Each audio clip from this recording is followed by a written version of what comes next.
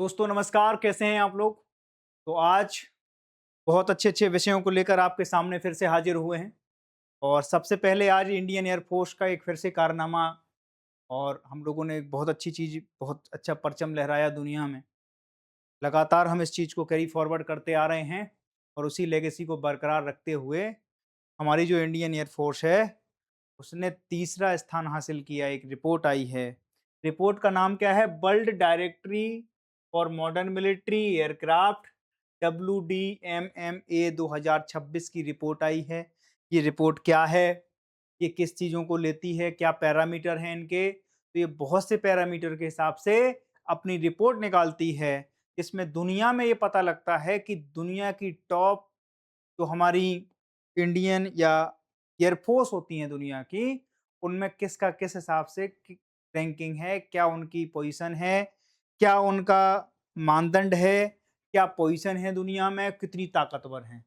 वो सारी की सारी चीज़ें इस पूरी रिपोर्ट में क्या की जाती है, कवर की जाती हैं। तो चलते हैं, सबसे पहले हम देख लेते हैं। तो शुरू करने से पहले आपको एक चीज़ बता देते हैं, इंडियन एयर फोर्स हमारा गौरव है। और इंडियन एयर फोर्स में किसी भी चीज़ में जब इस तरीके की रिपोर्ट आती हैं, हम नहीं कहते हैं, हमारी आदत नहीं है, उस जगह से बिलोंग करते हैं जहाँ हम चीज़ें अचीव करने के बाद भी उसका क्या है, ढोल नहीं पीटते हैं। तो वो उस लेगेसी से चीज़ें जब इस तरीके से दुनिया हम क्या करती है, हमें रेखांकित करती है, दुनिया हमें एडमायर करती है कि नहीं, इंडियन एयर फोर्स वाक़ई सबसे पावरफुल है दुनिया में, तो फिर हम इस चीज़ को बहुत अच्छे पॉजिटिव, यानी कि हमारे लिए कॉम्प्लीमेंट्री की तरह है, ठीक है? और हर भारतीय को इस पूरी रिपोर्ट से गर्व भी होना चाहिए। हमने चाइना को पीछे छोड़ा है, ध्यान रखना। चाइना ने इसमें कितने अंक प्राप्त किए हैं? तो इसके हैं 63.8 अंक प्राप्त किए हैं। पैरामीटर में समझाऊँगा, पैरामीटर क्या-क्या हैं, किन चीज़ों को लेकर आए हैं। आप ये नहीं समझना कि चाइना की तो एयर फ़ोर्स कुछ है ही नहीं, नहीं ऐसा नहीं है। हम वो सारी चीज़ें आपको बताएँगे कि किन-किन पैरामीटरों में हम उनसे आगे हैं। ठीक है? इंडियन एयर फ़ोर्स तीसरे स्थान पर है ना? रसिया की जो एयर फ़ोर्स है वो दूसरे स्थान पर है और अमेरिका तो फिर है ही, टॉप पे है ही, ठीक है? और उसमें क्या-क्या चीज़ें हैं, किस तरीके से इसमें एनालिसिस करते हैं वो लोग, क्या-क्या पैरामीटर इन सब चीज़ों को लेकर करते हैं, इसमें हमने चाइना को बीट करते आ रहे हैं हम, ठीक है? काफ़ी सालों से करते आ रहे हैं और वो पोज़ीशन आज भी तीसरे स्थान पर बनी, ठीक है? तो सबसे पहले भारतीय वायुसेना ने लगातार 5वें साल चीन की पीपल लिबरेशन आर्मी एयरफोर्स जो है उनकी पीएलए एयरफोर्स, उससे आगे अपना परफॉर्मेंस दिया है। और इसमें क्या-क्या चीज़ें हैं, तो आईएफए की रैंकिंग की प्रमुख वजहें क्या हैं, वो मैं आपके साथ डिस्कस कर रहा हूँ। पर ये कितनी बड़ी अचीवमेंट है कि हमें अपनी चीज़ें पता ही नहीं, हम मतलब कुंठा में जी रहे हैं। हम ये हर चीज़ में समझ लेते हैं, नहीं, नहीं, नहीं, नहीं, नहीं, चाइना बहुत अरे चाइना बेहतर है। हम उन चीज़ों को वो डिनाई नहीं करते हैं, लेकिन जहाँ पर हम उनसे बेहतर हैं, हमारा जो बीआरओ है, जो ट्रांसपोर्ट पूरा का पूरा रोड ऑर्गेनाइज़ेशन है, बॉर्डर रोड ऑर्गेनाइज़ेशन, है ना? वो किस तरीके से बल्क युद्ध स्तर पे काम करता है, रातों-रात चीज़ें खड़ी कर देता है, ये अचीवमेंट हमें पता होना चाहिए। एक भारतीय होने के नाते ये इस तरीके की पॉजिटिव न्यूज़ दुनिया भर में नेगेटिविटी फैलाते-फैलाते आप लोग खुद नेगेटिव हो जाते हैं, अंधकार, घोर गर्त अंधकार में डूब जाते हैं, तब हम जाके प्रकाश की एक छोटी-सी किरण लाते हैं आपके सामने। तो आप क्या, हमारी इंडियन एयर फोर्स ने चाइना को लगातार 5 सालों से बीट कर रहे हैं हम। और किस चीज़ में? तो world directory of modern military aircraft WDMMA जो रिपोर्ट है 2026 की, उसमें ये पूरी रैंकिंग तय करी गई है। अब आप इस चीज़ को देखिए, यहाँ 242 अंक प्राप्त किए हैं इनने, 243 लगभग, और इसने 114। दूसरा नंबर कितने बाद है? लगभग आधे कि से भी ज़्यादा बार उनके पास हैं। तो यूएसए की तो मिलिट्री जो है, एयरफोर्स नेक्स्ट लेवल है, एयरफोर्स से ही उनकी सारी चीज़ें होती हैं। उनके पास उतनी ज़्यादा, जितनी एयरफोर्स है ना उनके पास, उतने में कई देशों का मतलब पूरा, कई देशों की जीडीपी हिल जाती है, तरह तो उसका खुद का बजट है, खुद की एयरक्राफ्ट है उनके, खुद के उस पे क्या नाम से, हर चीज़ का अपना उनका नेवल एक्सरसाइज़ जब होती है तब देखो उनका किस तरीके से होता है, ठीक है? आधुनिक और विविध बेड़ा है देखो भारत के पास। विविध कैसा है? राफेल भारत के पास है, सुखोई भारत के पास है, ठीक है? 30 MKI है, तेजस बहुत लाइट वेट है, ठीक है। मिराज है, मिराज 2000 है, C-17 है। C-17 ग्लोब मास्टर क्या है? वो एक कैरियर है जो इस तरह से उस तरफ क्या चीज़ों को ले जाता है, ठीक है। अभी जैसे हमारे यहाँ कोई अपन अपन ने वो अमिस्ताद ऑपरेशन चलाया था, कहाँ के लिए? अमिस्ताद हमने कहाँ के लिए चलाया था? आपको पता है कुछ? ऑपरेशन अमिस्ताद हम कहाँ के लिए ले गए थे? अभी जहाँ भूकंप आया था, कहाँ पर? वेनेजुएला में। वेनेजुएला में अमिस्ताद, ऑपरेशन अमिस्ताद के थ्रू हम यही C-17 ग्लोब मास्टर में ही तो ले गए थे सारी की सारी एड वगैरह, सारे के सारे डॉक्टर्स, है ना? 20 में जो टेंट हैं, हॉस्पिटल्स हैं, टेम्पररी हॉस्पिटल्स, उन सबको भरकर हम किस में ले गए थे? इस ग्लोब मास्टर ही तो हैं, ठीक है। C-17, अपाचे हैं, चिनूक हैं, डोर्नियर हैं और कई उन्नत किस्म के हेलीकॉप्टर हमारे बेड़े में शामिल हैं। इतनी वैरायटी शायद चाइना के पास नहीं मिलती है, इसीलिए भारत उनसे आगे दिखता है आपको। वैरायटी बहुत है भारत के पास, ठीक है। मतलब जिस जगह हमें जिस तरीके की चीजें चाहिए वो प्रिसाइसेस हमारे पास चीजें हैं। हम टू दी पॉइंट चीजें करने में सक्षम है और ऑपरेशन सिंदूर में हमने इस चीज को साबित किया बार बार। दुनिया कुछ भी बोलती रहे, लेकिन जो जानकार हैं, जो युद्ध को कवर करते हैं, वो ये सब मानते हैं कि भारत ने बहुत भयंकर पिटाई करी, ठीक है? और उसका रीज़न अलग तरीके से भी है, आप समझ सकते हैं कि क्यों पिटाई करी थी, है ना? ताकतवर आदमी पीट सकता है। वो गंभीरता हमारी इस चीज़ से दिखती है कि हम उन चीज़ों में ऐसे नहीं है कि हम हर समय देख रहे हैं कि मेरे पास न्यूक्लियर बम है, मेरे पास न्यूक्लियर बम है। इंडिया तो कभी नहीं कहता कि मेरे पास न्यूक्लियर बम है, क्योंकि उनके पास ऑलरेडी उसके अलावा बहुत सारी कैपेसिटी है, जिससे वो काम कर सकते हैं। आप सोचो छोटे देशों में, बड़े देशों में यही अंतर होता है। 3 साल हो गए रसिया को युद्ध करते-करते। रसिया के पास दुनिया का सबसे खतरनाक न्यूक्लियर बम है। मतलब उसके पास डेड हैंड है। अगर एक बार रसिया चाह ले कि दुनिया खत्म है, तो दुनिया खत्म हो जाएगी। कोई माइकलाल उसको रोक नहीं पाएगा। ध्यान रखना। वो जो कहते हैं ना ट्रम्प साहब कि हम गोल्डन डोम बना रहे हैं, है ना? इज़राइल के पास आयरन डोम है। कोई भी दुनिया का किसी भी तरह का डोम उसको रोक नहीं पाएगा जिस दिन उसने डेड हैंड चालू कर दिया। और डेड हैंड वो कहते हैं कि रसिया पे जिस समय ऐसी बात आ गई कि रसिया ही नहीं बचेगा दुनिया में। तो वो रसिया के जो क्या नाम से प्रेसिडेंट साहब हैं, पुतिन साहब, वो कहते हैं कि जिस दुनिया में रसिया नहीं है, वो दुनिया क्या काम की? फिर वो दुनिया ही नहीं रहेगी। हम वो ऐसी चीज़ कर जाएँगे इस दुनिया में, वो दुनिया ही खत्म हो जाएगी, ठीक है? तो वो उनका अपने सोचने का तरीका ऐसा है। देखो स्वदेशीकरण और आत्मनिर्भरता, ध्यान रखना।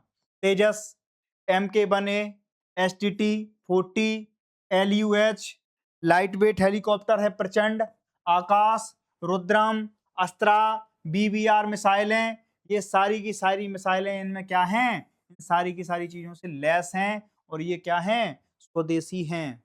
ब्रह्मोस हमारे साथ किसने मिलाया है? तो ब्रह्मोस हमने किसके साथ तैयार की थी? वो किसके साथ तैयार की थी? रसिया के साथ ही तैयार की थी, ठीक है? तो वही है। अब देखो एकीकृत नेटवर्क सेंट्रिक युद्ध क्षमता, अत्याधुनिक रडार S-400 सिस्टम हमारे पास है। इसने बहुत अच्छा परफॉर्मेंस किया, ठीक है? अवाक्स, AEW&C, डाटा लिंक्स और इंटीग्रेटेड एयर डिफेंस सिस्टम भी हमारे पास मौजूद है, जिसमें हम कई लेयर में आकाश डिफेंस सिस्टम हमारे पास है ना? कई जैसे छोटी चीज़ें हैं तो उनके लिए टारगेटेड चीज़ें अलग तरीके से हैं, है ना? तो कई तरह की चीज़ें हम अपने पूरे के पूरे अपने बचाव में कई तरह की चीज़ें भी ऐड करते हैं और उसके बाद हमारे पास उन्नत किस्म के आधुनिक फाइटर जेट भी, ठीक है? उच्च प्रशिक्षण और परिचालन क्षमता भारत के पास, मतलब वेल ट्रेन्ड आदमी हैं। बहुत मतलब एक्सपीरियंस आदमी हमारे पास हैं, जो नियमित अभ्यास करते रहते हैं, एक्सरसाइज बहुत अच्छी होती है हमारे पास।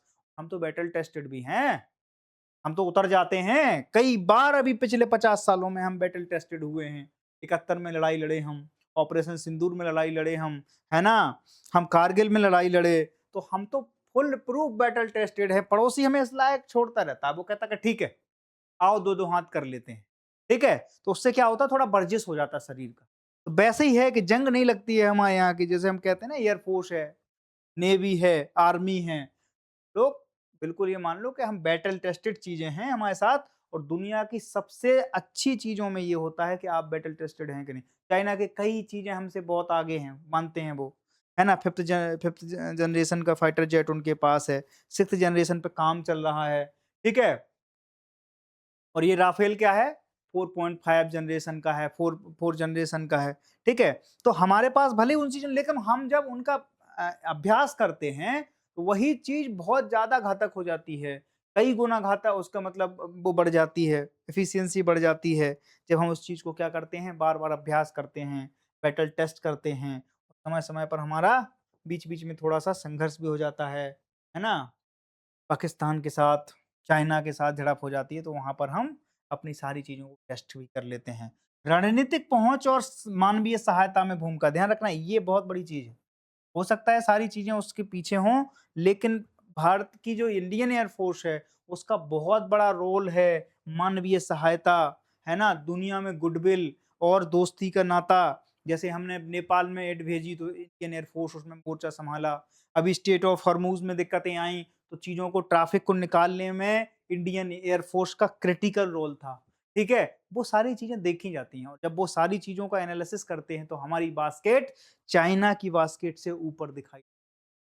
बात समझ में आ गई? और ये मैं नहीं कह रहा हूँ दोस्त, आप हमारी बात मत मानिए, आप मत मानिए। आपको लग रहा है कि मास्टर पागल हो चुका है, तो आप जाके खुद चेक करिए। हमारी बात पर कभी भरोसा मत करिए, अगर हम झूठ बोल रहे हैं तो, ठीक है? इस रैंकिंग को पिछले 5 सालों से दिया जा रहा है, ठीक है? WDMMA के द्वारा और 2026 में हमने फिर से वही परचम लहराया है, ठीक है? बात समझ में आ गई? तो बालकों आगे चलते हैं। अब देखो हमारी क्या है, हमारा हमारा कोर क्या है? हमारे पास लगभग 1700 से भी ज़्यादा विमान, चाइना के पास तो बहुत बड़ी, लेकिन यहाँ हम जीत जाते हैं, ठीक है? ऑपरेशन दोस्त, ऑपरेशन राहत mission, operation UN peace keeping में हमारा बहुत ज़्यादा वो है, इंडो पैसिफिक में रणनीतिक उपस्थिति है ना? और अब तो और भी जगह फारस की खाड़ी, ओमान की खाड़ी, पूरा रूट पे हम लोग आपको अब हमारी प्रेजेंस दिख जाएगी आप, ठीक है? कुल सक्रिय कर्मी कितने हैं? ये बहुत बड़ा नंबर है। 1.7 लाख एयर फोर्स हमारे पास एग्जिस्ट करती है जो लाइव अभी बिल्कुल में है। ठीक है? 70 से ज़्यादा एयर बेस हैं, भिन्न-भिन्न जगहों पर हैं। ठीक है? स्थापना हुई एयर फोर्स की 7-8 अक्टूबर 1932 को और इसका जो मोटो है नभा स्पूसम दीप्तम, आकाश को छूने वाले। ठीक है? हमारे शाहीन तो है नहीं साहब, हमारे आकाश को छूने वाले हैं। ठीक है? नमः स्पूसम दीप्तम, ये हमारा मोटो है इंडियन एयर फोर्स का और इसके तहत हम पूरे के पूरे दुनिया पर, पूरे आसमान पर अपने जहाज़ों को उड़ाते हैं। यही सिद्धा लेकर हम आगे बढ़ते हैं। ठीक है? अब देखो आप, स्वदेशीकरण, आधुनिकीकरण और आत्मनिर्भर भारत के साथ भविष्य की चुनौतियों का सामना किया जा सकता है। इस बात के ऊपर टिप्पणी लिखिए। ये था आज का क्वेश्चन, ठीक है? अब देखो दूसरी चीज, दूसरी चीज और बढ़िया आई है ना? सीफेरर और सीफेरर फर्स्ट की नीति हमने क्या की है, अभी एक पहल चालू करी है, जिसमें हम सीफेरर्स किसको कहते हैं? सीफेरर्स होते हैं जो आपके वहां पर लोग फंसे हैं, कहां पर? स्टेट ऑफ हॉर्मूज में, ओमान की खाड़ी, फारस की खाड़ी। केंद्रीय बंदरगाह, जहाजरानी और जलमार्ग मंत्री जो है हमारे सर्बानंद सोनोवाल साहब, ये इनकी फोटो है। इन्होंने क्या किया, एक पहल शुरू की, इसकी सुरक्षा सुनिश्चित करने के लिए सीफेयर फर्स्ट पहल शुरू की गई है। हाल ही में MTL बाहिया और MT मोम्बासा जहाजों पर क्या हुई थी, बमबारी हुई थी, ध्यान रखना। एक मिसाइल हिट किया था हमारे इन जहाज़ों पर हिट किया था। एक तो ईरान की तरफ से किया था और एक अमेरिका की तरफ से किया था। जिसमें हमारे कम से कम और कुछ नहीं तो 40 से 30 से ज़्यादा भारतीय जो थे, वो सेलर्स जो इंडियन सेलर्स थे, उनमें कइयों की मृत्यु मृत्यु हुई थी, हताहत हुए थे वो लोग और कई घायल हुए थे और उसमें हमारे 30 से ज़्यादा लोग प्रभावित हुए थे। उसको सबको देखते हुए ये पहल चालू की गई है, इसकी शुरुआत की गई है। इसका उद्देश्य यही है, जो हमारे वहाँ पर सेलर्स हैं, इन जगहों पे फँसे हुए हैं, कहाँ पर? देखो आप, स्टेट ऑफ हॉर्मूज़ यहाँ पर है, गल्फ ऑफ ओमान और गल्फ ऑफ फारस, ठीक है? तो यहाँ पर क्या है, इन दोनों को, इन चीज़ों से अलग करने वाले जो जल डमरू मध्य बोलते हैं, वो यहाँ पर है, आप मैप में देख पा रहे होंगे, ठीक है? यहाँ पर ये सारी की सारी पहल लागू होगी। डैशबोर्ड की मुख्य विशेषताएँ क्या हैं? एक डैशबोर्ड टाइप की चीज़ बनाई है। अब इससे होगा क्या? रियल टाइम ट्रैकिंग हो जाएगी। कोई कहाँ किस तरीके से फँसा हुआ है, सैटेलाइट तरीके से हम उसको क्या कर सकते हैं? मॉनिटर कर सकते हैं। तो हम कोशिश करेंगे, अभी हमने देखा था, एक जहाज में मिसाइल मारी गई। मिसाइल मारने के बाद हमारी इंडियन एयर फ़ोर्स वहाँ नहीं पहुँच पाई, हमारी नेवी तक नहीं पहुँच पाई और उसमें कई लोग डूब के मरे। ओमान ने हमारी बहुत सहायता करी थी, ठीक है? किसने? ओमान ने बहुत ज़्यादा, इनकी जो एयर फ़ोर्स है, नेवी है, उन लोगों ने, जो छोटी नेवियाँ हैं इनके पास, उन लोगों ने बहुत ज़्यादा हमारी सहायता करी और कई लोगों की ज़िंदगियाँ बचाई। भारत सरकार ने ऑफ़िशियली इनको क्या भेजा था? थैंक यू का मैसेज भेजा, ठीक है? धन्यवाद भेजा था कि आपने हमारे लोगों की जान बचाई है। हम उनसे कुछ नहीं कह पाए थे, जो फूफा की वो, फूफा क्यों बोलते हैं? तो वो जो हमारे भाई साहब हैं, पूरे वालों वाले फूफा आदरणीय डोनाल्ड ट्रम्प साहब, उनसे हम पता नहीं क्यों दिक्कत है थोड़ा-सा, अपन एक तो ये है कि अपनी इकोनॉमी उनके साथ इंटीग्रेटेड है, इसलिए चीज़ें लट होने में ज़्यादा वो नहीं होता, झुकाव बहुत ज़रूरी होता है, मैं मानता हूँ। बातचीत होती रहना चाहिए, ठीक है? वही सारी चीज़ें हैं कि रियल टाइम जहाज की ट्रैकिंग हो पाएगी, इससे लाभ क्या-क्या हैं? नाविकों की स्थिति और लोकेशन की रियल टाइम जानकारी मिलेगी, खतरे और सुरक्षा अलर्ट की त्वरित सूचना मिल जाएगी, आपदा या संकट की स्थिति में तुरंत सहायता और निकासी होगी। संबंधित एजेंसियों के साथ बेहतर समन्वय और निर्णय निर्धारण करने में सहूलियत प्रदान होगी। बात समझ में आ गई? तो इसका पहल का वो क्या है? डायरेक्टर जनरल ऑफ शिपिंग एक रियल टाइम डैशबोर्ड विकसित करेगा।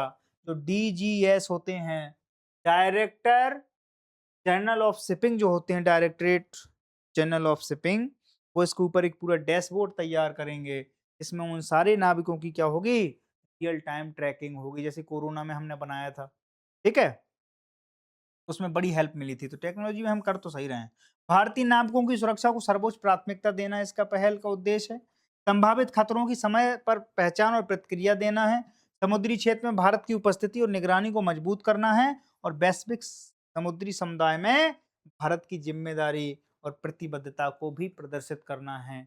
ये सारी चीजें इस पहल का, इस डैशबोर्ड का क्या है? सबसे पहले उद्देश्य है। हमारे नाविक ही हमारी ताकत हैं, ठीक है?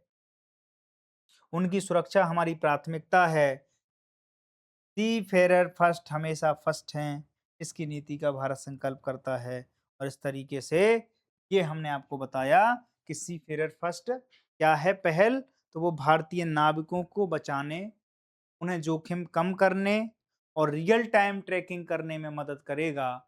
इससे हमारे जो नाविक हैं, उनकी धन हानि, जनहानि और व्यक्तिगत हानि कम से कम हो पाए। उस चीज़ों से हम कम से कम सुखद मोड़ दे पाएँ, इसके लिए ये पहल शुरू की गई, ठीक है? अगली चीज़ देखते हैं। अगली चीज़ में क्या है? निडर 2.0 लॉन्च किया गया है। निडर का सबसे पहले तो वो देख लेते हैं कि इसका मीनिंग क्या होता है, ठीक है? मीनिंग क्या है और ये किन-किन चीज़ों में काम करता है, तो मीनिंग से ही आपको पता लग जाएगा। तो सबसे पहले इसके मीनिंग के बारे में आते हैं, तो क्या है?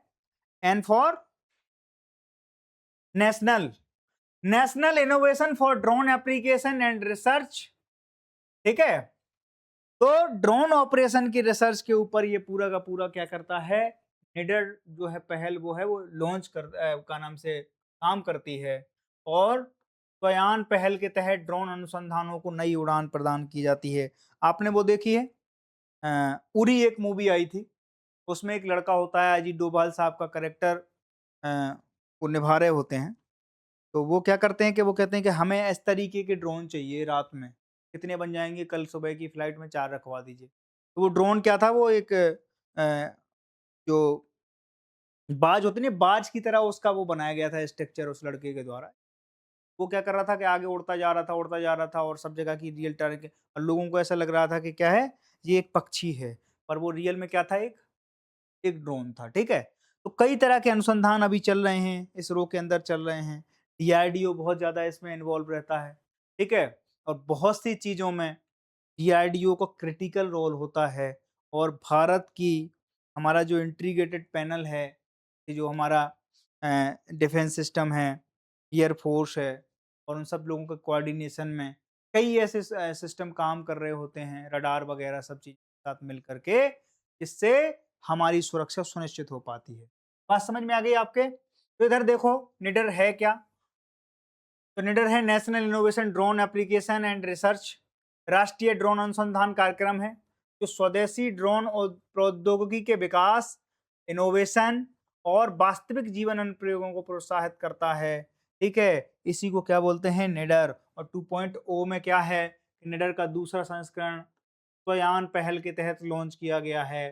फोकस है कि स्वायत्त प्रणालियों, हेटा ऑटोनोमस सिस्टम, स्वदेशी और बेगा प्रोसेसर द्वारा समर्थित उन्नत स्वदेशी कंप्यूटिंग प्लेटफॉर्म का उपयोग करके अनुसंधान, नवाचार और स्टार्टअप को मजबूती प्रदान करना। ध्यान रखना हमारे यहाँ डिफेंस का जो सेक्टर है वो बढ़ता जा रहा है। कई सेक्टरों में हम ड्रोन क्या कर रहे हैं, प्राइवेट प्लेयरों को भी उतार रहे हैं।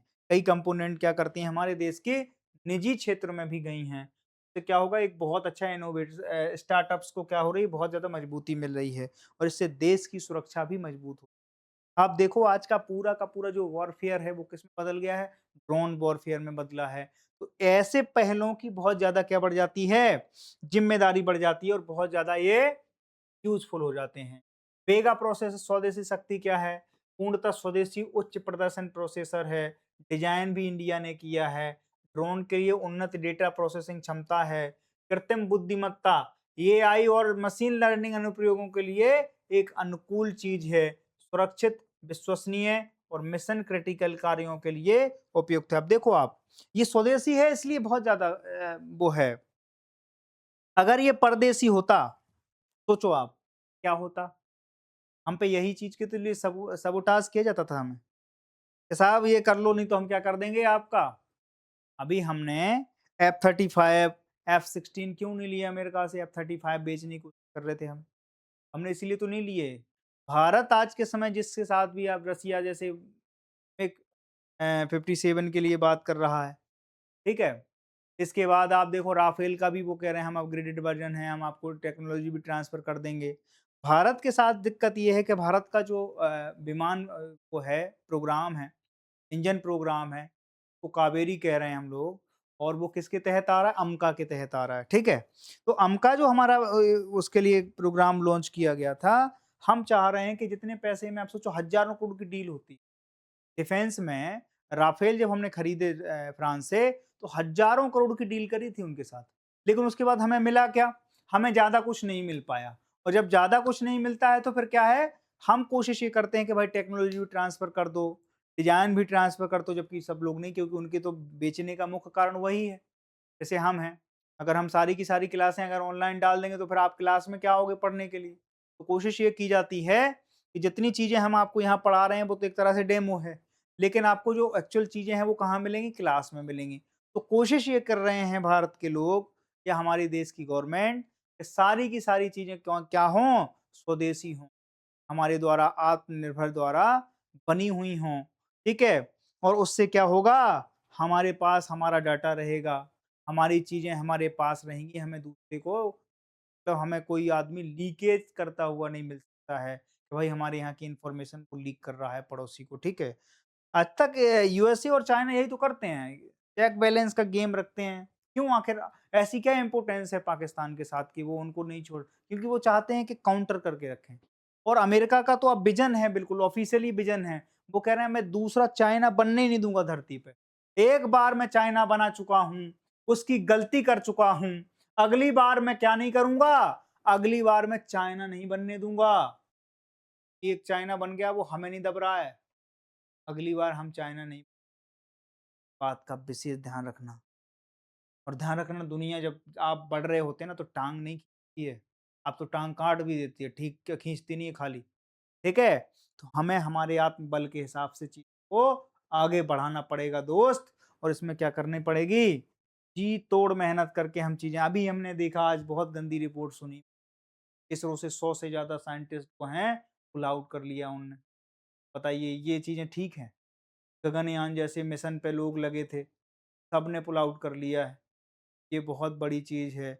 बहुत कुछ अच्छा नहीं चल रहा है देश पे। अभी एक परमाणु संयंत्र पे साइबर अटैक हुआ है, वो भी मैं अभी आके तुम्हें बताऊँगा। हो सकता है अगली क्लास में मैं उस पर पूरी चर्चा करूँ विस्तार से, ठीक है? तो बहुत सी चीज़ें अच्छी नहीं चल रही हैं, लेकिन उसके बाद भी हम क्या कर रहे हैं, पॉज़िटिविटी हम क्या कर रहे हैं? तो यान क्या है? तो capacity building for the human resource development in unmanned aircraft system जो हम डेवलप कर रहे हैं, ठीक है? उसके लिए स्वयान उसी को बोलते हैं, स्वायत्त उड़ान और नेविगेशन प्रणाली, ठीक है? नेडर 2 में क्या है? उन्नत सेंसर फ्यूजन और परिस्थितिकी जागरूकता, स्वदेशी एवियोनिक्स और फ्लाइट कंट्रोल सिस्टम लगा हुआ है, सुरक्षित संचार और डाटा सुरक्षा है, नवाचार, प्रोटोटाइपिंग और वास्तविक जीवन अनुप्रयोग है, कृषि फसल निगरानी है, इंफ्रास्ट्रक्चर निरीक्षण है, सुरक्षा और निगरानी है, आपदा प्रबंधन और राहत कार्य है, लॉजिस्टिक और डिलीवरी सेवाएं, सब में सब चीज़ों को कवर किया गया है। बात समझ में आ गई? तो ये था हमारा आज का जो हमने निडर 2 की जो पहल लॉन्च की है, उसका हमने पूरा का पूरा लबो-लुआब देख लिया है। ठीक है? अब आप ते देखो आज स्थिति क्या है? स्टेट ऑफ हॉर्मूज़ के बारे में मैं आपको आज पूरी विस्तार से बताने की कोशिश करूँगा। तो आपको पता होगा स्टेट ऑफ हॉर्मूज़ क्यों बंद है? किन-किन देशों की लड़ाई है? कौन-कौन इसमें प्लेयर हैं? स्टेक होल्डर कौन-कौन से हैं इस पूरे युद्ध के और उनके पीछे की वजह क्या हैं? तो आप समझने की कोशिश करो। अभी हमने वो देखा था डूम्सडे प्लान देखा था कहाँ पे? वो देखा था हमने ईरान के आसपास। क्यों देखा था और क्यों उसकी उसकी क्या है? उसकी विशेषता ये है कि जब पूरी की पूरी धरती से सब कुछ खत्म हो जाए, सब जगह केवल युद्ध के बिगुल बजाए जा रहे हों, हर जगह परमाणु बम से हमले किए जा रहे हों, तो आप धरती पर सुरक्षित नहीं। इसीलिए इन प्लेनों को क्या किया गया? डिज़ाइन किया गया था। इसीलिए इनको क्या कहते हैं? डूम्सडे प्लान बोलते हैं। क्यों? बुरे दिनों के जहाज।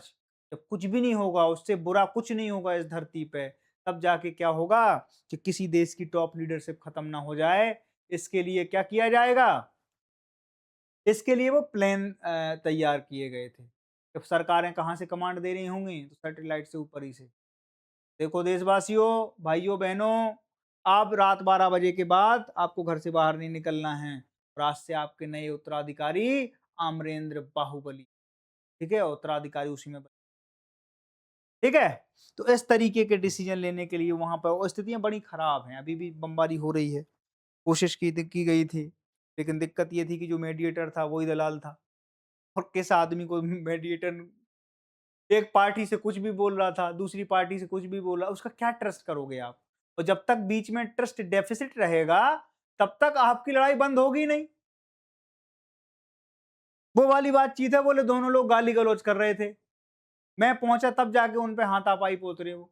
तो पाकिस्तान का तो वही है, उनका धंधा ही वही है। कभी कहेंगे कि हम युद्ध रुकवा देंगे, कहाँ पे अफ़गानिस्तान में, तुम एक काम करो फंडिंग दो। तो वहाँ के बिल्कुल मतलब हमें तो समझ में नहीं आता कि मतलब किस चीज़ को लेकर समर्थन करता है अमेरिका ऐसे लोगों का। नहीं करना चाहिए। तो झूठ पे झूठ बोल रहे हैं बार-बार, लेकिन उनकी भी अपनी दिक्कतें हैं। उनके लिए टारगेट वो नहीं, उससे ज़्यादा ये है कि आप कम से कम वहाँ ना पहुँचे। दुनिया की सबसे महत्वपूर्ण ऊर्जा मार्ग अनिश्चितता जारी है। क्यों जारी है? क्योंकि अमेरिका ने फिर से क्या किया? बमबारी चालू कर दी है ईरान के ऊपर और साथ में कौन है? तो साथ में छोटा भाई है इज़राइल। वही तो सारा का सारा रोड मैप करता है। आज नहीं इस जगह नहीं इस जगह। ये बड़ी इसके इसके ऊपर मार देते हैं। 2 मिसाइलें यहाँ मार देते हैं, 2 इधर मार देते हैं। क्यों बड़े भाई क्या कहते हो? हाँ, हाँ, 2 नहीं 6 मारो। 6 मारो बगल वाले पे भी मार दो। कई जगह की बिल्डिंगों पर, कई स्कूलों पर, कई हॉस्पिटल्स पर उन्होंने बम मारे हैं और दोनों के साथ चीज़ें इस तरीके से हैं, हम किसी के साथ नहीं हैं। अभी वहाँ पर खमेनी साहब का वो था फ्यूनरल था, अंतिम यात्रा में हम लोग नहीं गए। ऑफ़िशियली उन्होंने बुलाया था कि भारत को इन्विटेशन भेजें और केवल उसके लिए समझौता था। पाकिस्तान की केवल इसलिए मंशा थी कि चलो साहब आपका कर लेते हैं, क्यों? बोले इसका फ्यूनरल करा देते हैं, फिर मारते हैं इन्हें। बहुत पिटाई करते हैं। एसिड रेनी वर्षा हो रही है, काले-काले बारिश होती है वहाँ। इतने ज़्यादा बम घल चुके हैं उसमें, इतनी मिसाइलें मारी जा चुकी हैं उधर और दोनों तरफ है, एक तरफ थोड़ी है। दोनों ही पक्ष आए हैं तैयारियों के साथ, कुछ गर्दनों के साथ हैं, कुछ आरियों के साथ और बोया नहीं है कुछ भी, मगर फसल चाहते हैं लोग कैसा मजाक चल रहा है क्यारियों के साथ। तो ध्यान रखना दोस्त, बहुत सारा मजाक चल रहा है दुनिया के साथ। तो आप ध्यान रखो कि क्या-क्या मजाक चल रहा है। 17 जून 2026 को एक अंतरिम समझौता हुआ था, अंतरिम ही बोलेंगे अब तो, है ना? उसमें ये था कि दोनों देशों में क्या करेंगे, शांति बहाल करने की कोशिश करेंगे। इसके बाद ईरान को वो करेगा। अब दिक्कत क्या आ गई उसमें, ईरान कह रहा है कि इस पूरे एरिया को क्या हम गार्जियन हैं यहाँ के, हम करेंगे कंट्रोल, और जो शिप निकलेगी उससे क्या करेंगे, चुंगी वसूलेंगे। अमेरिका बोला अरे, डोनाल्ड ट्रम्प साहब बोले ये तो धंधे की बात बोल रहा है। बोले नहीं नहीं नहीं नहीं, बोले चुंगी आपका विषय नहीं, चुंगी आई एम द बॉस, है ना, G7 में ही तो बोले थे वो, I am the boss, world boss. तो जब चुंगी की बात आएगी तो ट्रम्प साहब क्या आ जाएंगे, कूद जाएंगे बीच में। वो नहीं नहीं, आप उन्हें चुंगी दे के आएंगे, आप यहाँ चुंगी देंगे, देखो इस लाल लाल घेरे में मान लो ईरान है, ईरान को वो कह रहे हैं आप चुंगी दे देंगे, तो यहां हम बैठे हैं भाई साहब बड़े घेरे में, यहां चुंगी फिर हमें भी चाहिए। आदमी क्या करे, एक तो आदमी वैसे ही परेशान है, महीनों से यहां डेरा डाले है, ऊपर से आप कह रहे हो हमें चुंगी चाहिए, हमें चुंगी चाहिए। बीच का रास्ता इंटरनेशनल वो है, वाटर बॉडी है वो, और अंतरराष्ट्रीय वाटर बॉडी पे देखो मुज्जू गप्पू बैठ गए हैं।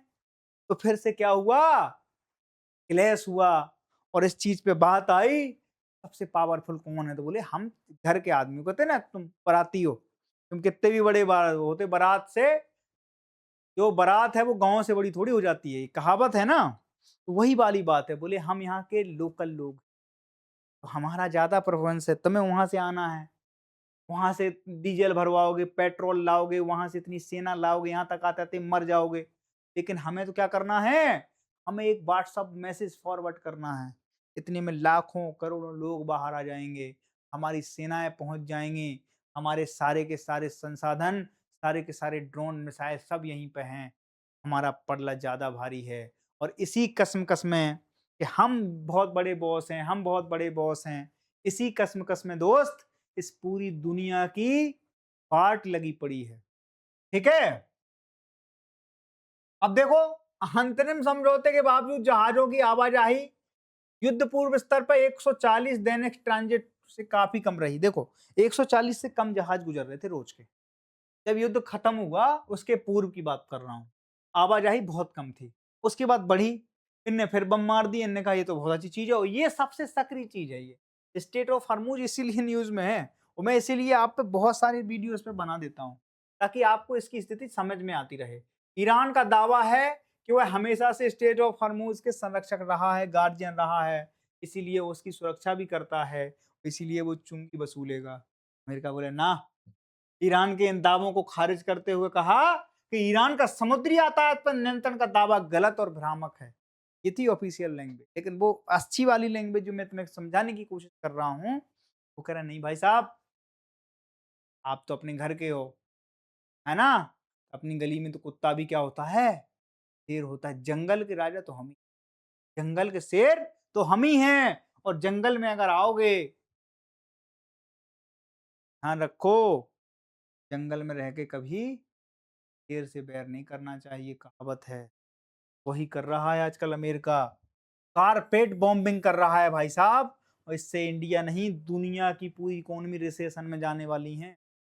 कब तक अपने आप को संभालोगे, कब तक हंसेगा मुस्कुराएगा, एक दिन बच्चा बड़ा हो जाएगा, और अगर फाइलें ये मेज पे ठहरे नहीं तो बाबुओं के हाथ क्या लग पाएगा। ठीक है, तो ये देखो आप, भारत पर क्या प्रभाव पड़ेगा, दुनिया भर पे पड़ेगा तो भारत पे भी पड़ेगा। भारत का तेल आयात बढ़ जाएगा, ठीक है, क्योंकि हमारी स्टोरेज खत्म हो रहे हैं तो आयात और ज्यादा हमें देना पड़ेगा, है ना। हमने कितना, भारत का तेल आयात अभी 47% बढ़ गया है, सोचो इससे कितनी बड़ी चीज है। 48.88 अरब डॉलर का नुकसान हो रहा है भाई साहब हमें। ठीक है, मार्ग में अनिश्चितता और देरी हो रही है, बीमा प्रीमियम और शिपिंग लागत में वृद्धि हो रही है, क्योंकि हर कोई यहाँ रिस्क नहीं ले रहा है। युद्ध में कैसे रिस्क ले लें, तो अब शिपिंग कंपनियां अगर वो नहीं लेंगी, बीमा नहीं करेंगी, बीमा कंपनियां शिपिंग कंपनियों का, सोचो अगर एक जहाज डूब गया तो हजारों करोड़ रुपए का क्रूड ऑयल होता है, उनमें वस्तुएं होती हैं, कौन गारंटी लेगा। अब उनकी कोई शिपिंग नहीं है, कोई वैसी चीजें नहीं है, तो क्या होगा, शिपिंग कंपनियां क्या लॉस में जाएंगी, तो वो काम नहीं कर जाएंगी नहीं आगे। ठीक है, वैकल्पिक मार्ग जैसे के ऑफ गुड होप का उपयोग कर सकते हैं। आप सोचो यहाँ से पूरा घूम के आओ आप, यहाँ से पूरा घूम के आओ। केप ऑफ गुड होप सबसे नीचे है अफ्रीका के। पूरा का पूरा एरिया आप कवर करके जाइए, ठीक है? तो उसमें क्या है कॉस्ट ज़्यादा बढ़ जाएगी, वो भी घातक है, ठीक है? तो ऑटोमेटिक तेल के क्या हो गए, कौन-कौन से देश निर्भरता है, वैश्विक तेल व्यापार का बड़ा हिस्सा है। एशिया के प्रमुख ऊर्जा आयातक देश सबसे अधिक प्रभावित हो रहे हैं। अब एशिया में चाइना भी है, इंडिया भी है, पाकिस्तान भी है, हैं? सारे देश तो हैं जो वहाँ से आयात करते हैं तेलों को। कच्चा क्रूड ऑयल वहीं से आता है सब जगह से, ठीक है? तो ये सारी की सारी चीज़ें क्या हैं, ऊर्जा की कीमतों में बहुत ज़्यादा बढ़ोतरी हो जाएगी तो अर्थव्यवस्था क्या हो जाएगी? इन्फ्लेशन बढ़ जाएगी, इन्फ्लेशन बढ़ेगी तो कोलैप्स कर जाएगी। बात समझ में आ गई? रोज़गार घट जाएगा। आदमी पहले पेट पाले कि पहले वेतन दे। तो वेतन क्या है? पेट कैसे नहीं पलेगा? क्योंकि जो बिस्कुट ₹5 का आ रहा है वो ₹15 का हो जाएगा, ₹10 का हो जाएगा। अब पहले अपने ज़रूरतों की सामान के लिए पैसा खर्च करे, वो क्या दुनिया भर की चीज़ों के लिए पैसा खर्च करे, ठीक है? तो अब देखो वर्तमान स्थिति में क्या है कि जल डमरू मद पूरी तरह बंद नहीं है, लेकिन ट्रांज़िट सीमित है। कई शिपिंग कंपनियाँ जोखिम के कारण वैकल्पिक मार्ग अपना रही हैं। क्षेत्र में सैन्य उपस्थिति और तनाव बढ़ा हुआ है, भविष्य में स्थिति अस्थिर हो सकती है। इसका सबसे बड़ा कारण है कि जब तक तीनों पार्टियाँ भविष्य में स्थितियाँ कैसे सामान्य होंगी? भारत के पक्ष में क्या है? भारत के पक्ष में ये है कि शांति बहाल होती रहे। तीनों पक्ष क्या करें? बातचीत से मसला को हल करें। जब भारत के प्रधानमंत्री जी ये कहते हैं कि तीनों पार्टियाँ बैठ के बातचीत से हल करें, कहाँ से हल करें? अब उनने ऐसे आदमी को मीडिएटर बनाया था। जिस आदमी को मीडिएटर बनाया वहाँ पर सोचो इज़राइल कभी टेबल पे नहीं था। 3 पार्टियाँ लड़ रही हैं, जो मेन 2 पार्टियाँ हैं उसमें 1 पार्टी गायब है। सोचो आप, शादी है, शादी में लड़की और लड़का हैं, लड़का गायब है, लड़की अकेली वहाँ बैठी है मंडप पे। फूफा अपना वो लगाए फिर रहे हैं, ठूले लगाए घूम रहे हैं कि साहब लड़का आ जाएगा, लड़का आ जाएगा और ये शादी तो होके रहेगी। बिटिया हमारी कल विदा होके ले जाएगी बहू हमारी। आप सोचो, क्या स्थिति बनेगी उस समय? तो वही स्थिति यहाँ भी बन रही है। इज़राइल है नहीं, फूफा जी कह रहे हैं कि युद्ध बंद हो जाएगा, हमने ईरान से बात कर ली है, सारी चीज़ें संभव हैं, सब कुछ हो चुका है, सारा सेटलमेंट हम कर चुके हैं। अच्छा कैसे कर चुके हो आप? अगर सारा सेटलमेंट कर चुके होते, तो अभी कारपेट बॉम्बिंग नहीं कर रहे होते ईरान पे। ईरान भी आपको दबा के जहाँ-जहाँ इनके बेस गल्फ में हैं, है ना? सब पे ये समझ लो मिसाइल और बमबारी हो रही है इस समय। इधर से अलग तीरों पे तीर चल रहे हैं, उधर से अलग मिसाइल है। बोले तू अगर तोप है तो मैं कट्टा हूँ, मैं अगर कट्टा हूँ तो तू तोप है। इस तरीके की भाषा का उपयोग हो रहा है। एक दूसरे से क्या वार्तालाप की कमी हो रही है। तो भारत के पक्ष में क्या है कि जल्द से जल्द इस पूरी के पूरे चीज़ पे रियायत हो जाए। सोचो आप, जहाँ से हमारी नेचुरल गैस आती है, इतनी बॉम्बिंग कर दी गई है कि उस इंफ्रास्ट्रक्चर को बनने में साल भर लगेगा और यथास्थिति प्राप्त करने में 1.5 साल, 2 साल भी लग सकते हैं और अभी और बॉम्बिंग हो रही है। वो स्थिति और भी घातक हो सकती है और इतनी घातक हो सकती है कि इस पूरी दुनिया में बहुत बड़ा अभी तो ये शुरुआत है दोस्त। जो आप अभी देख रहे हो ये शुरुआत है। अभी तो और मज़ा आएगा तुम लोगों को। जब आप देखोगे कि कितनी गंभीर समस्याएँ पैदा होने वाली हैं, तब आपको पता लगेगा कि क्या हो रहा है। एक भूरे वाले फूफाओं के चक्कर में दुनिया कैसे उलट-पुलट हो चुकी है। अब देखो आप, भारत का चिकित्सा एवं आध्यात्मिक पर्यटन की ओर थोड़ा-सा हमने रुझान किया है। अब देखो आप, इसमें हरित कनेक्टिविटी का भी बढ़ावा दिया जा रहा है, जैसे दिल्ली में हुआ, ग्रीन बसेस चलाई हमने इलेक्ट्रिक। अब उसके साथ क्या है, 4000 इलेक्ट्रिक बसें और भी हैं, जो पूर्वोदय के साथ-साथ वहाँ के राज्यों में जाएँगी, जो क्या करेंगी, ग्रीन हाउसेस गैस को कम प्रवाहित करेंगी, कार्बन उत्सर्जन नहीं करेंगी क्योंकि इलेक्ट्रिक हैं, ज़्यादा प्रदूषण नहीं फैलाएँगी और ये वहाँ पर क्या कनेक्टिविटी में महत्वपूर्ण, ठीक है? तो हम क्या कर रहे हैं, पर्यटन और आध्यात्मिक के पर्यटन में क्या कर रहे हैं, ग्रीन बसों का ज़्यादातर उपयोग कर रहे हैं। कार्बन उत्सर्जन में कमी आती है इससे, सतत विकास की ओर जाते हैं, पर्यटन स्थलों पर बेहतर पहुँच हो जाती है, क्षेत्रीय आर्थिक विकास को बढ़ावा मिलता है, ये इस तरीके की पहल हैं।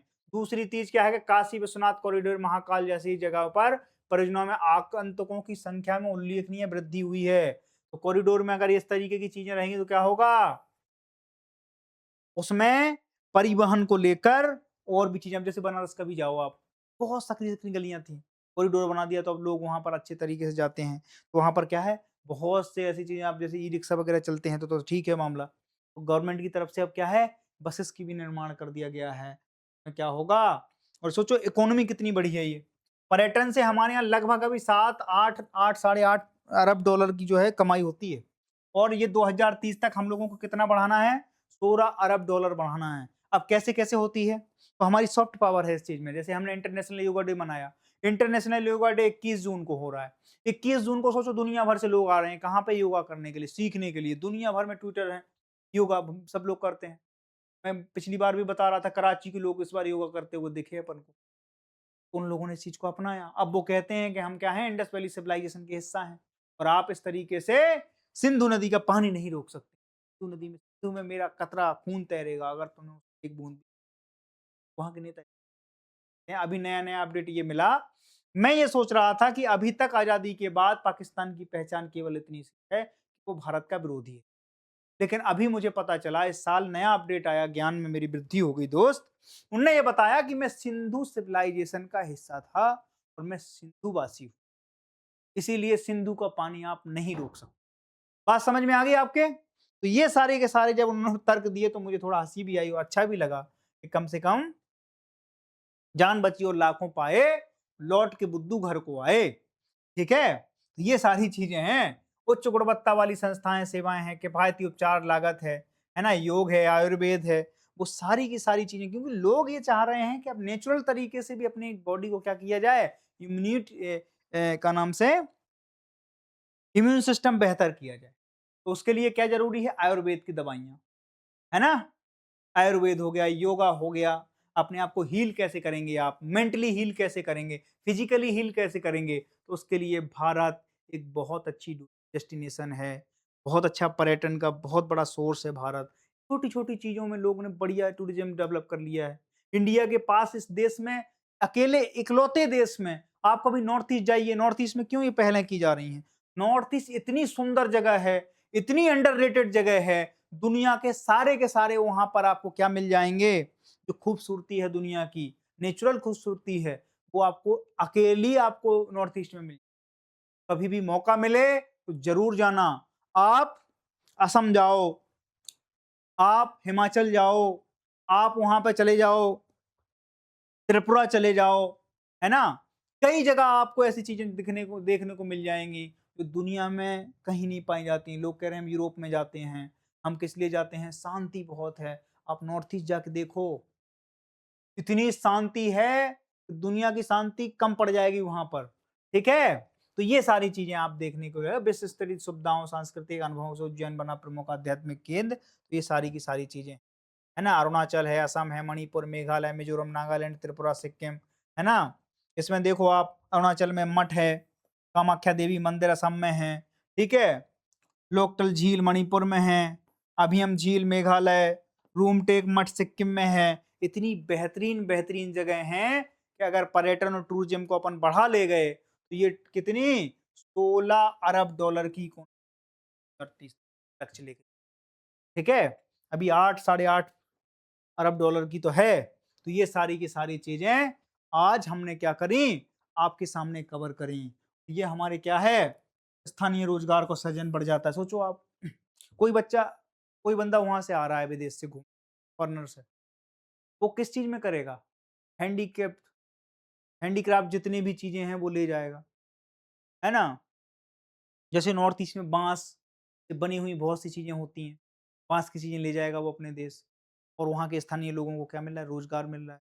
वो कई चीज़ों पे रिसर्च करेगा, वहाँ के होटल टूरिज़्म को बढ़ावा देगा, ठीक है? होटल इंडस्ट्री बूम कर जाएगी, है ना? वहाँ पर आपके जो रेस्टोरेंट इंडस्ट्री है वो आपकी बूम कर जाएगी, रिक्शा चालक सारी की सारी इकोनॉमी इंटीग्रेटेड होके और एक पूरा का पूरा मामला सेट हो जाएगा उस क्षेत्र का और वहाँ पर चहुमुखी विकास हो जाएगा। हमारे यहाँ के मुसलमान लोग कहाँ जाते हैं? मक्का जाते हैं, क्यों जाते हैं? भई एक टूरिज़्म प्लेस ही तो है, एक आध्यात्म की दर्शन की वो ही तो है, वहाँ पूजा करने ही तो जाते हैं वो। अगर सोचो अपन अयोध्या को इस तरीके से वो कर ले गए, तो दुनिया भर के हिंदू कहाँ आएँगे? अयोध्या में आएँगे।